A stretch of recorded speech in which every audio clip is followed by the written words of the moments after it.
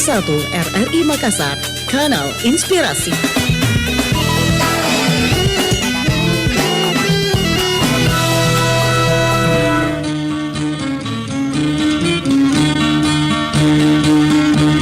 Kiprah Desa Pro 1 RRI Makassar.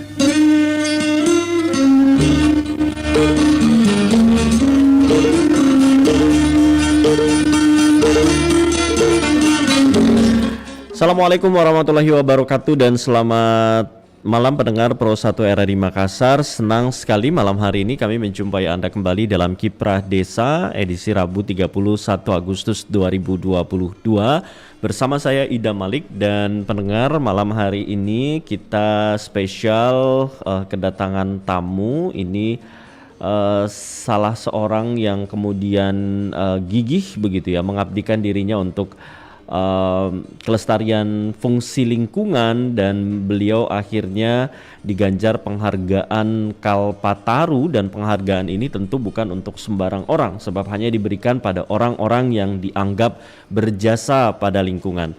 Nah, pendengar, kami malam hari ini di Studio Pro 1 RRI Makassar, alhamdulillah di sela kesibukan beliau menyempatkan hadir di Studio Pro 1 RRI Makassar, dan juga bisa Anda saksikan siaran kami selain melalui AM di 630 kHz dan FM di 94,4 MHz. Anda juga bisa saksikan melalui aplikasi RRI Playgo dan juga streaming live di YouTube dan juga di Facebook Pro 1 RRI Makassar. Kita membahas topik kiat sukses penyuluh kehutanan peraih Kalpataru bersama Bapak Baso Situju. Beliau merupakan penyuluh kehutanan Madya UPT KPH Kelara Dinas Kehutanan Provinsi Sulawesi Selatan, dan malam hari ini insya Allah beliau akan banyak sharing seputar kegiatan beliau, termasuk juga saat meraih penghargaan Kalpataru ini. Kita sapa Pak Baso. Assalamualaikum warahmatullahi wabarakatuh, Pak Baso. Waalaikumsalam warahmatullahi wabarakatuh. Terima kasih Pak Baso sudah hadir langsung di Studio RRI Makassar. Bang Idam. Ini dari Jeneponto Pak Baso? Dari Jeneponto Pak ya. Oh, Masya Allah. Terima kasih Pak Baso. Sebuah kehormatan tentunya Pak Baso bisa hadir langsung di Studio Pro 1 RRI Makassar. Iya Pak, terima sehat kasih. Pak Baso ya? Sehat, alhamdulillah, sehat walafiat Bang Idam. Alhamdulillah. Pak Baso, ini kita ingin pendengar tentunya biar mendapatkan juga inspirasi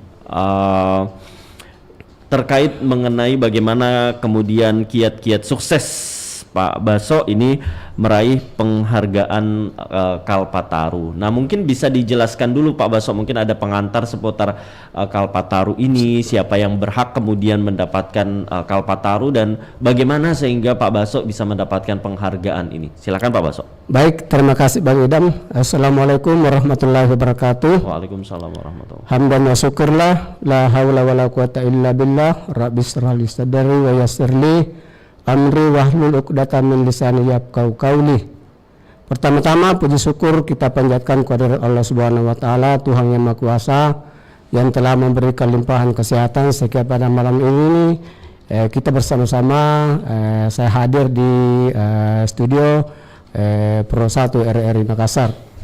Jadi tentu sebelumnya kami menyampaikan banyak terima kasih kepada Bapak Kepala UPT KPH Kelara yang begitu cukup antusias memberikan support kepada kita selaku penyuluh kehutanan, sehingga alhamdulillah KPH Kelara ini gencar-gencarnya, dan salah satu daerah yang mendapatkan penghargaan Kalpataru adalah di Kabupaten Jeneponto, berada di KPH Kelara Dinas Kehutanan Provinsi Selatan. Jadi tentu bapak-bapak, saudara-saudara yang saya hormati, pendengar dan pemirsa Pro 1 RRI Makassar. Jadi tentu sebelum kami berlanjut lebih jauh menjelaskan bagaimana Kalpataru ini, tentu kita sepakat dulu. Saya ingin menyampaikan bahwa Kalpataru sendiri ini adalah berasal dari bahasa Sanskerta yang artinya pohon kehidupan. Artinya pohon kehidupan ini mengandung makna punya harapan. Jadi dalam sebuah pohon itu tentu kita punya harapan dengan pohon yang ada, dengan pohon yang rimbun, dengan antara lain pengatur tata air yang baik. Sehingga dengan pohon ini tentu diharapkan pengatur tata air yang baik. Antara lain misalnya kalau hujan turun, maka dia akan melalui daun, kemudian di daun ini turun ke ranting, turun ke dahan, kemudian air hujan ini turun ke batang, kemudian air hujan ini masuk ke dalam tanah dan disimpan oleh akar, sehingga ini menjadi dikatakan sebagai pengatur tata air yang baik dari keberadaan pohon kita. Sehingga dengan demikian, dengan air yang tersimpan ini di dalam tanah, kalau musim hujan dia simpan, kemudian pada musim kemarau kita butuh air, air ini keluar melalui akar tanaman yang disimpan pada musim hujan, sehingga air ini bisa dimanfaatkan kebutuhan kita dalam hidup sehari-hari. Nah, itu fungsi daripada pengaturan tata air yang baik dari sebuah pohon. Ya. Kemudian selanjutnya pohon ini punya daun. Jadi daunnya juga, kalau pohon kita ini daunnya gugur, maka daunnya ini bisa menyuburkan tanah, menyuburkan tanah kembali, sehingga tanah subur kita bisa lagi manfaatkan untuk bertanam menanam, bercocok tanam yang baik, sehingga produktivitas bisa meningkat karena kesuburan tanah kita meningkat dengan pohon yang banyak dan daun yang banyak gugur masuk ke dalam tanah. Itu dari segi kesuburan tanah. Kemudian fungsinya juga ini daun daripada tanaman kita ini menyerap karbon dioksida. Jadi dia menyerap karbon dioksida ini daunnya, sehingga udara kotor yang ada di sekitar kita dengan adanya pohon itu sangat bagus. Dia diserap oleh daun kita, daun tanaman yang ada di sekitar kita. Kemudian daun itu juga mengeluarkan oksigen. Jadi saya pikir patutlah kita menumbuhkan dan memelihara pohon, karena ternyata multi pihak, banyak manfaat daripada sebuah pohon yang dikandung daripada pohon itu sendiri. Ya. Kalau Pak Baso sendiri ini kenapa kok bisa sampai mendapatkan penghargaan yang tidak sembarang orang bisa meraih penghargaan Kalpataru ini? Ya baik Bang Idam, jadi Kalpataru ini memang kalau dinilai ini Pak, memang berat, memang perjalanannya sungguh sangat berat, karena seseorang yang mendapatkan Kalpataru itu kiprahnya memang betul-betul diandalkan dan bisa punya dampak yang dirasakan manfaatnya dari pengaruhnya. Jadi kalau dia perintis lingkungan, kalau dia macam saya ini adalah pengabdi lingkungan, saya adalah PNS. Tapi saya mengabdikan diri saya, membina kelompok tani hutan siang dan malam, tidak capek-capeknya mungkin orang-orang daripada ini PNS kita yang sudah tidur nyenyak di rumahnya. Saya masih di lapangan Pak, kadang sampai jam 11 saya kembali, karena nanti malam saya bisa memberikan penyuluhan mendekati persuasi petani kita sehingga mau berpartisipasi menjaga hutannya. Ini salah satu peran kita daripada PNS atau pengabdi lingkungan ini. Dan kabarnya Pak Baso sudah lakukan dari sejak lama begitu Pak ya, Baso, jadi Kalpataru ini Pak, pengabdian ini yang kami lakukan sejak berawal memang intinya tahun 1999. Ya, sudah berapa 20 tahun yang lalu kurang lebih begitu. Ya, sampai 2019 ini kami dinilai oleh Kementerian Pusat ini dari tim Kalpataru di Jakarta, saya layak untuk diberikan Kalpataru karena dampak yang kami lakukan itu Pak sangat-sangat luar biasa, membina masyarakat kita ini dari yang tadinya ini desa ini yang dibina menjadi desa tertinggal, kemudian dia menjadi desa maju, kemudian terakhir ini dia masuk kategori desa mandiri pangan. Itu disebabkan karena hutan kita, lingkungan kita itu menjadi membaik. Artinya hujan sering datang, produktivitas pertanian meningkat, jalan terus. Perbedaan dulu dengan sekarang apa Pak? Ya, kalau dulu memang Pak awal-awal tahun 1999 itu Pak lahan kita ini yang kita bina, areal kita ini tergolong kategori lahan kritis. Produktivitas rendah, tutupan lahan hanya berkisar kurang lebih 20%. Dan sampai sekarang Pak, alhamdulillah, dan setelah penilaian daripada tim Kalpataru di Jakarta itu, tutupan lahan kita naik menjadi 80%. Sehingga ditandai dengan munculnya beberapa mata air di lokasi binaan kita. Jadi air itu saya alirkan ke masyarakat dan sebagainya, sehingga bisa bermanfaat air ini untuk air minum. Sehingga dulu kalau kesannya jadi Ponto ini krisis air, sekarang saya mau jawab Pak, mari kita welcome kita ke lokasi kami ke Jenet Ponto untuk melihat itu bagaimana kiat-kiat kami itu mensejahterakan masyarakat melalui sumber air yang tersedia dari hutan itu kurang lebih rata-rata 2,5 km. Saya fasilitasi alirkan airnya sampai ke rumah penduduk dengan gravitasi yang ada, langsung masuk di rumah penduduk dan nikmati, dan ini gratis Pak, karena tidak ada pakai listrik, karena karena kami punya teknologi sistem gravitasi. Saya tempatkan ini bak penampungan air di atas ketinggian dan mengalir airnya ke rumah penduduk. Langsung masuk ke rumah penduduk menggunakan itu. Hal lain, dampak lain yang dirasakan oleh masyarakat begitu Pak? Ya, Baso. ya baik Pak Idam, dari dampak lain saya kira sudah bagus sekali, artinya termasuk tingkat pendidikan sudah meningkat di desa itu, Ya. kriminal juga sudah menurun sama sekali karena aktivitas petani kita ini semakin meningkat. Jadi Kesejahteraan, sumber kesejahteraan dari hasil hutan kita, dari pertanian kita meningkat, ada sukunya, ada jubu jalarnya, ada padinya, ada jagungnya, ada jambu mentenya Pak. Jadi ya begitulah, dia terus berproses. Ya. Dia terus Pendengar Pak Baso tentu ingin tahu kenapa sih Pak Baso kok rela mengorbankan waktu, tenaga, pikiran sudah lama begitu. Kenapa Pak Baso? Ya, jadi memang karena saya adalah petugas lapangan Pak, merasa terpanggil, saya anggap bahwa saya sudah mewakafkan diri saya kepada pembangunan kehutanan di lingkungan hidup ini, sehingga saya tidak terasa saya sampai di gunung itu mengevaluasi kegiatan, melihat dampak-dampak yang akan terjadi, apakah ada kerusakan. Saya jalan terus, kadang-kadang juga sampai hari libur Pak, kami jalan untuk di lokasi untuk memantau perkembangan apa kemajuan daripada binaan kita. Kemudian kami mencoba menyusun sebuah desain apa kira-kira saya fasilitasi sehingga bisa meningkatkan daripada taraf hidup petani kita. Karena kalau bukan kita lagi ini Pak, daripada kita ini siapa lagi yang akan memikirkan masyarakat kita, terutama masyarakat di sekitar hutan, kalau kita tidak mengabdikan diri kita dengan sebaik-baiknya, tentu di dunia juga akan kita dapat termasuk penghargaan. Jadi saya tidak pernah berharap kalau penghargaan itu datang kepada Jadi saya. nggak ada tadinya Tidak Pak, ya? pernah mimpi Pak kalau ini, tapi kami terus pengabdian di kota juga saya hijaukan Pak, yang tadinya panas di kota bisa kita berkunjung ke Jeneponto, kota Batu Sungguh sekarang. Itu kami mulai Pak di lapangan ini, di instansi pemerintah saya galakkan semua penanaman pohon. Dan insya Allah Pak. bukan hanya di dunia saja, tetapi juga nanti menjadi amal jariah. Amal jariah. begitu ya? Kami yakin sekali dengan pengaruh kita daripada mesejahterakan orang, menghutankan kembali.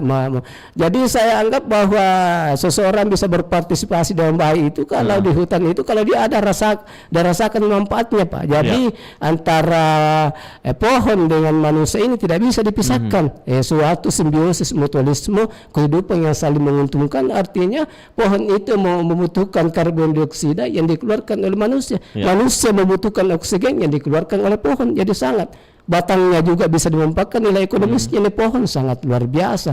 Bisa getahnya kita manfaatkan. Coba kalau kita getah pinus Pak, bisa manfaatkan. Kemudian daunnya bisa makanan ternak, sehingga ada perkampungan kita pada Jeneponto ini sumber pendapatannya dari ternak unggulan, ternak kambing, karena ini disuplai dari daunnya. Jadi perhutanan sosial itu saya nilai berhasil yang digalakkan pemerintah saat ini. Ini di mana sih Pak lokasinya? Mungkin mereka kita di mana sih lokasinya Pak, pengabdian Pak Baso sendiri? Iya baik Pak Idam, jadi saya gambarkan memang saya pada umumnya di Jeneponto ini secara keseluruhan, tapi fokus binaan kita ada di Kapita dan ada di Marayuka. Jadi di Marayuka ini di Kapita itu kelompok Sinarja Harapan sudah ada jambu mentenya berhasil, sudah ada ternak kambingnya yang bisa sebagai unggulan, pendapatan unggulan, dan daunnya itu dari Jati Putih dan Jati Putih Gamelina, dan itu dia bisa sampai perguruan tinggi anaknya dikasih sekolah. Kemarin sudah dimonitoring dan evaluasi kepala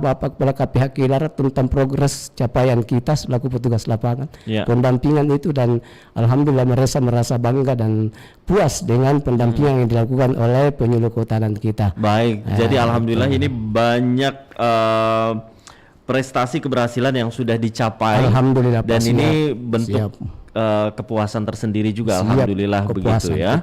Baik. Ini juga yang menyaksikan kita melalui live streaming yang saat ini menonton Pak Baso, ada Ibu Nurlaili Andi Razak. Mantap Pak Ketua IPKINDO. Siap Pak. Ya kebetulan saya adalah Ketua IPKINDO Selatan juga Pak, dipercayakan sama teman-teman. Masya Allah. Oke. Kemudian ada Ibu Rosmala Dewi Rahim, sukses terus katanya Pak Baso, sangat menginspirasi. Kemudian ada dari Ibu Erni Aziz, sukses selalu Pak Baso, Deng Situju. Siap begitu. Pak, siap. Baik, makasih, dan beberapa pendengar yang lain. Baik, dan Pak Baso nanti kita akan lanjutkan kembali seperti apa Pak Baso, kemudian siapa saja yang terlibat dan bagaimana kemudian cara Pak Baso begitu ya ini masyarakat, dan kalau Pak Baso sendiri bagaimana menilai ini, melihat kesadaran masyarakat sekarang ini untuk menjaga lingkungan. Iya. Kita bahas sesaat lagi Pak Baso ya. Siap, Pak, Kami siap. akan kembali mendengar sesaat lagi, tetaplah di Kiprah Desa. Apa sih? Ayah lagi menanam bibit dalam polybag. Terus ayah untuk apa? Adek, menanam pohon itu manfaatnya sangat besar. Salah satunya memulihkan dan meningkatkan fungsi lingkungan, baik sebagai pengatur tata air dan pelindung dari polusi.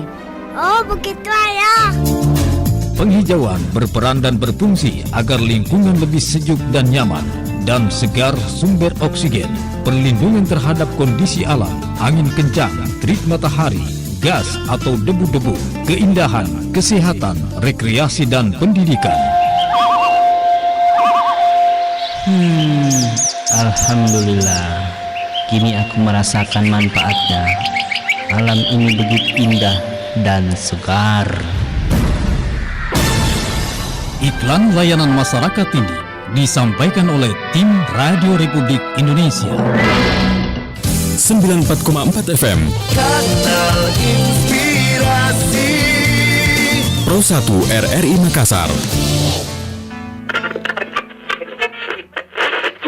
Assalamualaikum warahmatullahi wabarakatuh, pendengar Kiprah Desa dimanapun Anda berada. Dengarkan Kiprah Desa RRI Makassar. pertanian organik atau yang biasa kita kenal dengan pertanian sehat ramah lingkungan. Mulai dari proses budidayanya sampai panen itu tidak menggunakan bahan kimia apapun. Setiap hari pukul 19.30 waktu Indonesia bagian Tengah. Pro 1 RRI Makassar.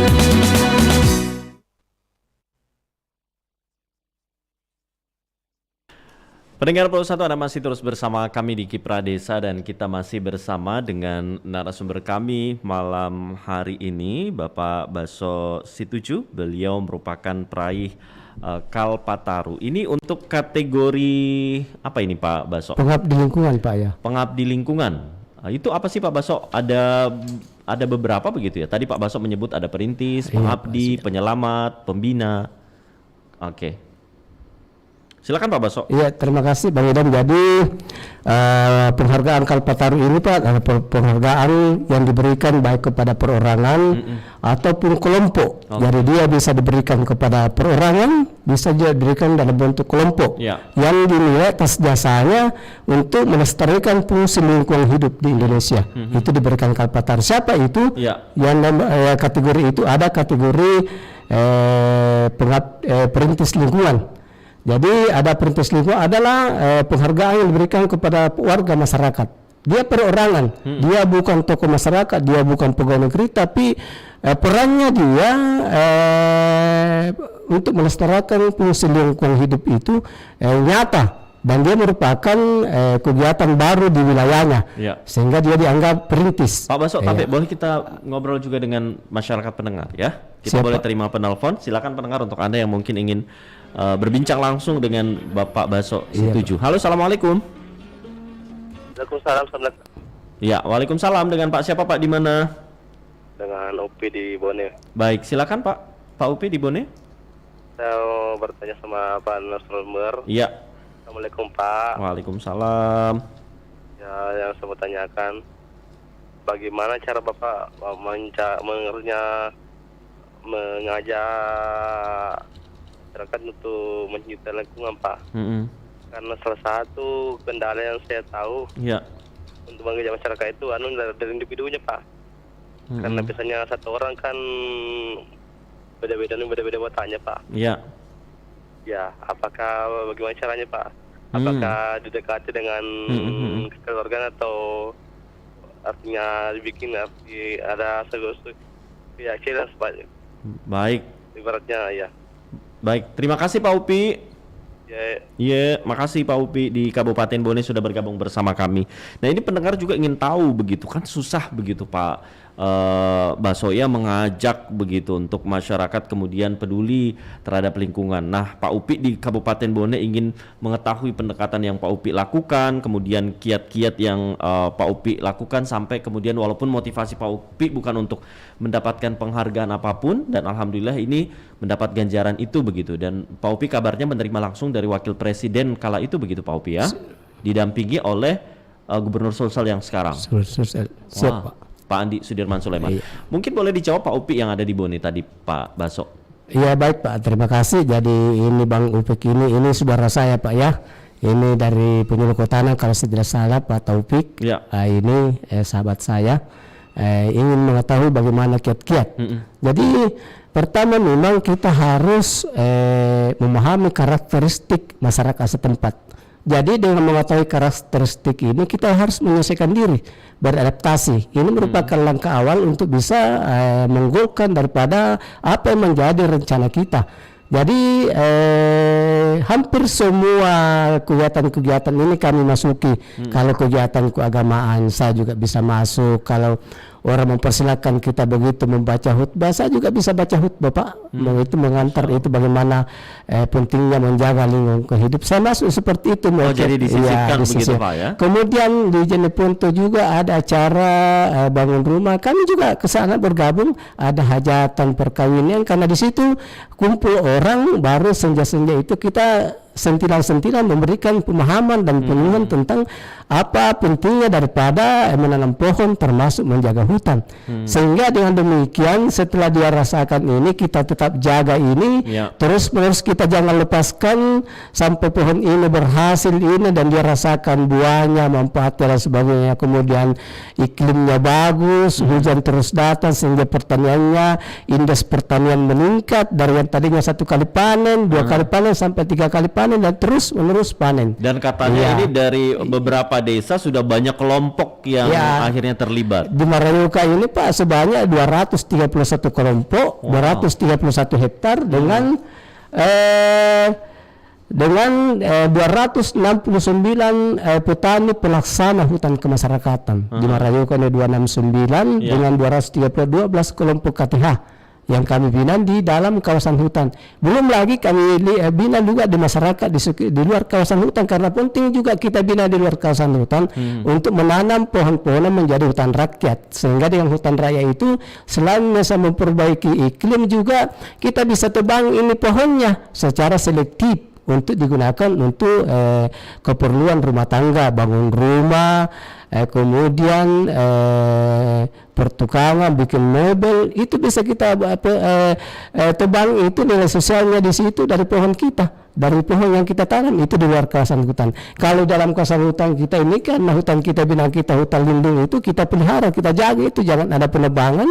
Kemudian buahnya dan jasa lingkungannya kita harus manfaatkan antara lain itu tadi air bersih, kemudian ada buah sukun, ada jambu mente, ada nangka dan sebagainya, tanaman buah-buahan yang itu manfaat langsung yang dirasakan oleh masyarakat kita. Jadi kiat-kiat itulah kita jangan selaku pendamping ini, selaku petugas lapangan Pak, jangan kita cepat bosan, tapi tetap kita mengikuti irama samping di samping kita menyelesaikan memberikan informasi secara teknis dan kebijakan-kebijakan yang ada di kehutanan, menyampaikan ini walaupun ada obrolan sore dan sebagainya di masjid hari Jumat, di kantor desa ada pertemuan, kita ada di situ Pak. Tetapi target kita harus menyampaikan misi kita selaku. Jadi awalnya memang agak susah begitu ya? Ya agak susah memang Pak dari awal kita memang karena dia belum paham apa manfaat hutan itu. Dia mau membawa saja hutan itu baru tanami jagung, tapi dengan pendekatan inilah pengabdi lingkungan peran kita penyuluh kehutanan itu yang senantiasa setia mendampingi terus menerus walaupun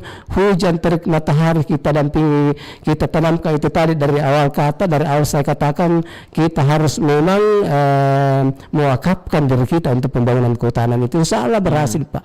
Coba bayangkan saja kalau 5 hektar lahan kritis kita bina saja ini Pak 5 tahun dan tumbuh itu bisa mengeluarkan air, bisa dinilai kalpataru itu dari kementerian bisa kita ajukan Pak. Jadi kita bisa dari contoh-contoh seperti itu, ada lahan yang terbuka, lahan kita lahan kritis misalnya 5 hektar, ini pendamping penyuluh ini memfasilitasi itu sampai dia tumbuh pohonnya, menjaga itu, membina petani yang ada 5 hektar sebagai contoh ini sampai berhasil. Karena menanam pohon itu mudah saja Pak, tapi menumbuhkan sampai pohon itu berhasil itu yang berat. Di sini peran kita yang memang harus ulet mendampingi terus sampai berhasil, sampai keluar air bersih, mengalirkan ke masyarakat.